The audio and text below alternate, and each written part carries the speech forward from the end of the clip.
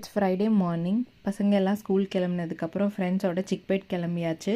எனக்கு சிக்பேட்டில் என்ன வேலைன்னு பார்த்தீங்கன்னா, ரெயின்போ பேர்டுக்கு ஒரு ட்ரெஸ் ஆர்டர் ஒன்று இருக்குது, நிறைய ஃப்ளவர்ஸோட. ஸோ அது வாங்கணும் அப்படின்னு வந்திருந்தேன். அப்படியே தான் வந்து இந்த jewellery shop, imitation jewellery shop வந்து எக்ஸ்ப்ளோர் பண்ணோம்.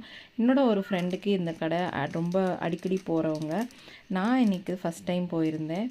கலெக்ஷன்ஸ்லாம் பயங்கரமாக இருக்குது.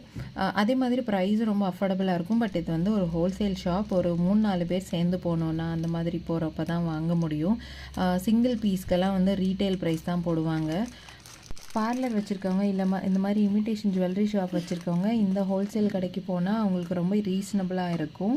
இந்த மாதிரி டிசைன்ஸ் நம்ம நெட்டில் செக் பண்ணாலே கொஞ்சம் ப்ரைஸ் ஜாஸ்தியாக தான் இருந்துச்சு. பட் நாங்கள் இங்கே ஸ்டார்டிங்கே வந்து 52-62 ருபீஸ்லேருந்து ஷாப் பண்ணோம்.